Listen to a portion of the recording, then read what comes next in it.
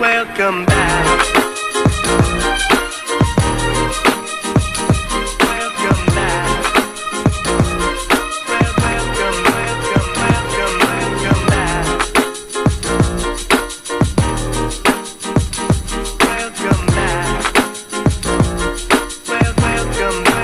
back. Welcome back. Welcome to Tea with Honey. It's your girl HoneyDaVinci, and I'm back with another video. So today I'll be doing another segment of the review, and I'll be covering Love and Hip Hop Atlanta, Season 10, Episode 3.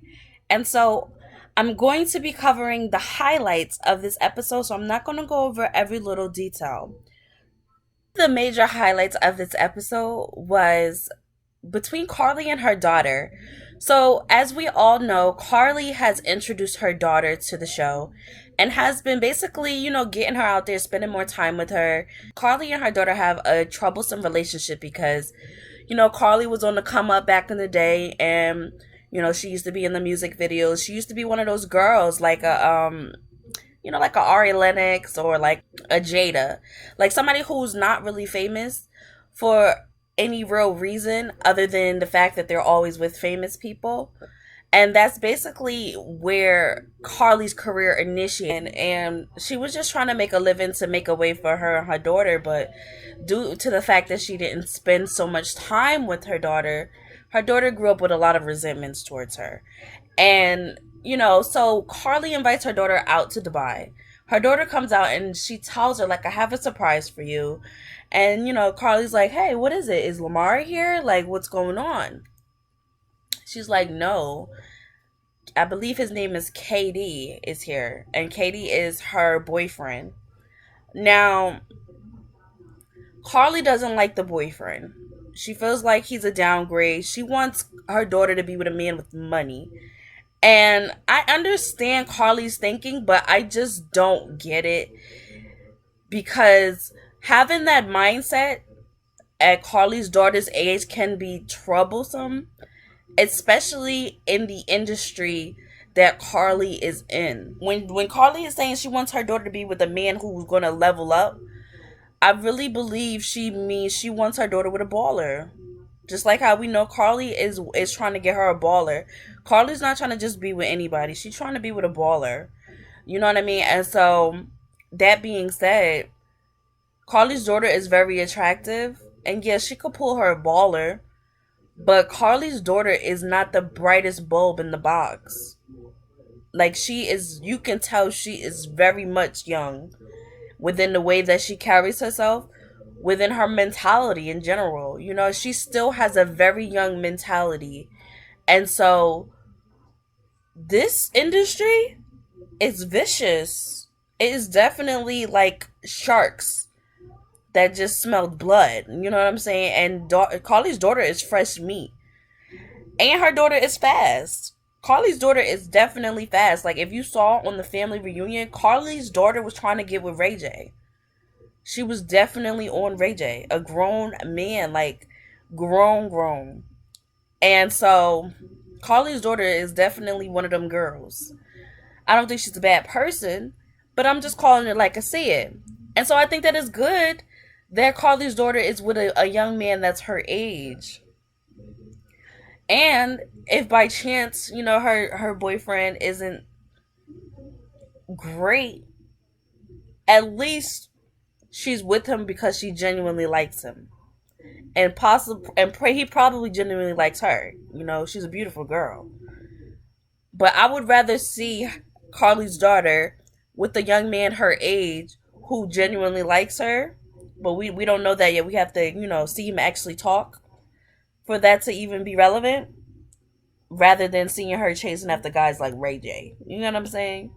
Like, no. Hell no. You're going to open her up into a world of pain, heartache, and being used like an object for a man's, self-gratification when you encourage your kid to go out and look for things like that, to only want a man based off of monetary gain. You know what I mean? But that was basically it. And Karlie was telling everybody that she's not happy, and she was saying it right in front of the boy and Yandy. And Rasheeda was saying, like, listen, Karlie, you are going to push your daughter away. She is not going to choose you over that boy. And I say this to people all the time. I say this to these parents who are, you know, so busy not building their own lives. Like, yes, your kids are the center of your universe. Everyone knows that. That is never going to change, but you have to still make space in your life for your love life, because by you putting your love life on the back burner, your kids are only going to get older and older, and one day they're going to be in a relationship. And as much as you would love to believe that your kids will never put a man or a woman before you, you will end up hurt like Karlie. It happens. It's happening to somebody right now. You see that it happened with Ace Hood and his mom, and he cut her off cold turkey. Stop paying her bills indefinitely. And now we see what happened with Yandy and Infinity. Freaking the girl literally was sitting with this man who's going to go to TMZ and try to get freaking Yandy's kids taken away. And the girl still went back to him. And now we're witnessing this again with Karlie and her daughter. Karlie's daughter literally convinced her mom to pay for a freaking hotel in Dubai, saying she needed space, when it was really she just wanted her man to come lay up with her on her mother's dime. Okay? So Karlie needs to just accept the fact that her daughter's going to bump her own head and stop trying to control her. That's it.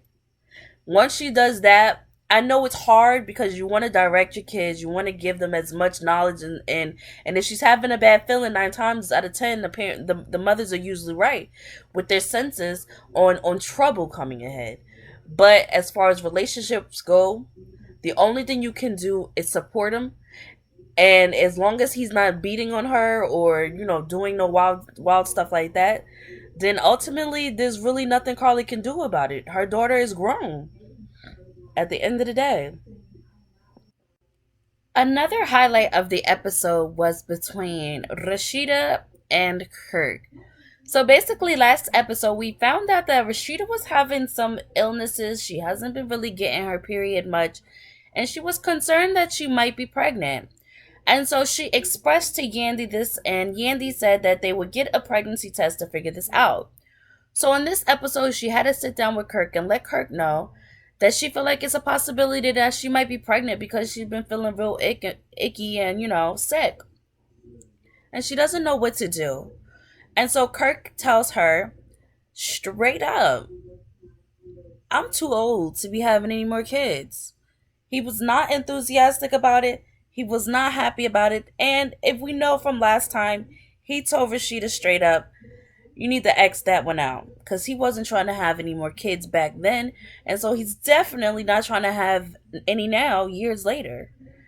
And so, I feel like Rasheeda wants more kids, but I feel like Kirk doesn't want any more kids. And so Rasheeda is being mindful not to be too enthusiastic about it because she knows her husband is not going to be on the same page.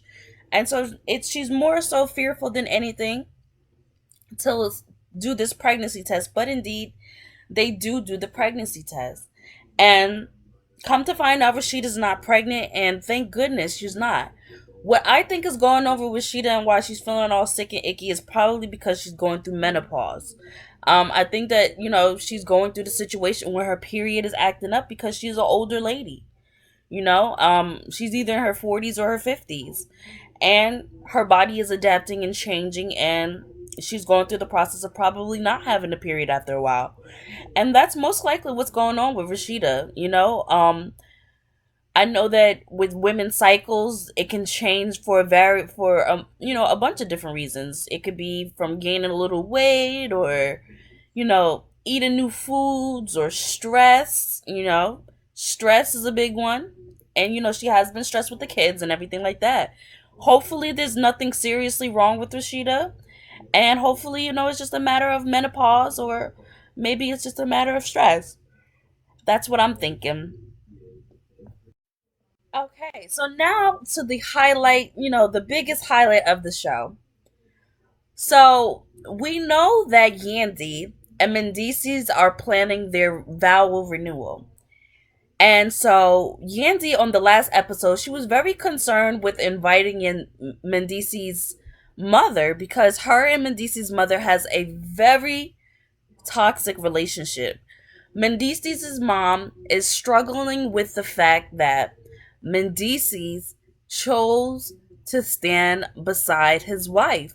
And Mendices' mom feels like when Mendices went to jail, Yandy did not allow her to be around as much as she would have been around had Mendices not gone to jail. And so I really feel like the situation between Yandy and Mendices going to jail really put a strain on the relationship between Mendices' mom and Yandy. And so we know from on the episode of the family reunion that Mendices' mom got fed up when Mendices started to open up about his past. And Mendices is a man of few words and a man of more action than anything. And so when he was opening up, it was like a breakthrough for him.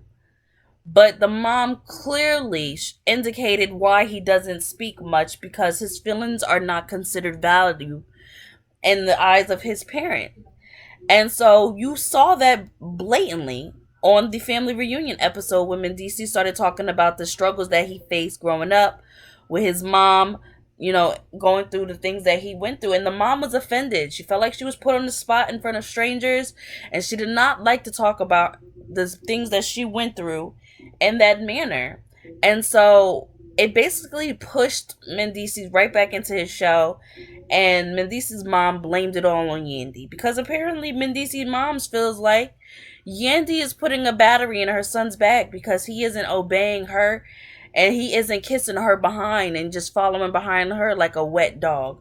And so that's basically, in a nutshell, the issue that Mendice's mom and Yandy are going through. It's a power struggle because a lot of times, as I said in many of my videos, parents think that they're in a relationship with their sons. A lot of single mothers think they're in a relationship with their sons, and so they will literally go out of their way to cause a rift between their son's relationship with their woman because it's literally like a power struggle. It's like two lioness fighting,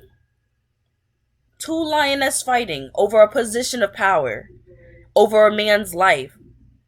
When Mendici's obligation is not to the family that brought him into the world, but Mendici's obligation is to the family he brought into the world, the family he chose, the family he swore to the eyes of God that he would protect, love, and honor through thickness and thin, through sickness and health. That's Mendici's obligation, but his mother cannot seem to understand that, and so she feels like Yandy is the worst of them all. Even though Yandy held him down while he was in prison and has done everything in her power to keep the kids together and to take care of his kids that he had in other relationships. Yet and still, Mendici's mom feels like Yandy is just the worst of the worst. It's like toxic at this point. These older women, these moms, these parents really need to understand that they cannot live through their children. Your life has been lived. You've made your mistakes. You've made your decisions. Allow your kids to live their lives. So she's over here trying to literally sabotage and ruin her son's wedding. Literally. She literally sent Mama D all the way to Dubai. She wasn't even invited. She was barely invited herself. But she decides she wants a +1 and she wants her +1 to be Mama D, and literally sends Mama D on a mission with a message to Yandy. So at this dinner, when everybody's laughing and having a grand old time and enjoying Dubai, a very expensive trip, by the way, she sends Mama D to tell Yandy as soon as she comes on in, "Hey Yandy, I need to speak with you. You know, I spoke with your mother-in-law and she informed me that first wedding that I went to, I was telling her I came to your first wedding. She let me know that that was fake, that it wasn't real." And Mama D knows exactly what she's doing. Can't put anything past Mama D. Mama D knows that she got a storyline. She got the opportunity to be in some messy stuff. She got the opportunity to get a little bit of money. Oh, you know Mama D gonna be there. You know Mama D gonna be there. 'Cause she deserves a storyline. She deserves to get slapped. Because what are you doing, Mama D? Where is Scrappy? Why are you going to other people's kingdoms and causing a wreck? Causing mayhem and riots? Huh? What are you doing? That's why... And you know what's so crazy? When Erica was there, because Erica and Yandy have a close relationship, and soon as Erica saw Mama D pull Yandy to the side, she said, "Yandy, if you need me, just go like this. Go like this." And Yandy was like, "I need you now." I'm like, "I need you right now. Right now." But yeah, so once Mama D dropped the information, Yandy pulled over Mendici so that Mendici could hear it out of the horse's mouth in that moment. And it was very familiar. Because, you know, Mama D likes to drop tea and information, and especially when it comes to relationships possibly ending, because we saw in the family reunion, similar situation. Freaking Mama D is sitting over there with Scrappy and Bambi. No, Mama D is sitting over there with Sierra, telling Sierra that Bambi and Scrappy are filing for divorce. And nobody even knew that Scrappy and Bambi were even having any issues in their relationship. So it's the same thing. It's literally her just coming in and shaking the table for the ratings. And you know Love and Hip Hop paid for that flight. They said, "Oh, we gonna send Mama D, no problem. We got you. All expenses paid. Room and board and breakfast." And so I thought that was very tacky. I thought that was very classist. And I think that's a lot of the reasons why people like Mama D always in drama. Like, if you always have to find yourself mending relationships, you need to take a look in the mirror and look at yourself. Why do you want to cause havoc in other people's relationships? And if I was Yandy and Mendicis, it would be no way in holy matrimony that my mother would be there if she was coming to Dubai to cause all types of hell and high water at my wedding. Soon as Mama D would have came there and dropped that information, I would have been like, "Oh, thank you for letting me know this is what she said." And now she will be excommunicado. Okay? Excommunicado. You ever seen John Wick? She would have been excommunicado. Okay? But look, I enjoyed the episode nonetheless. I enjoy it. I look forward to the next episode. I really want to see what's going to happen with the situation with Judy and Yandy. I really do. Thank you so much for the support. Don't forget to like, subscribe, hit that notification bell, and I'll catch you guys on the next video. Good man, good man.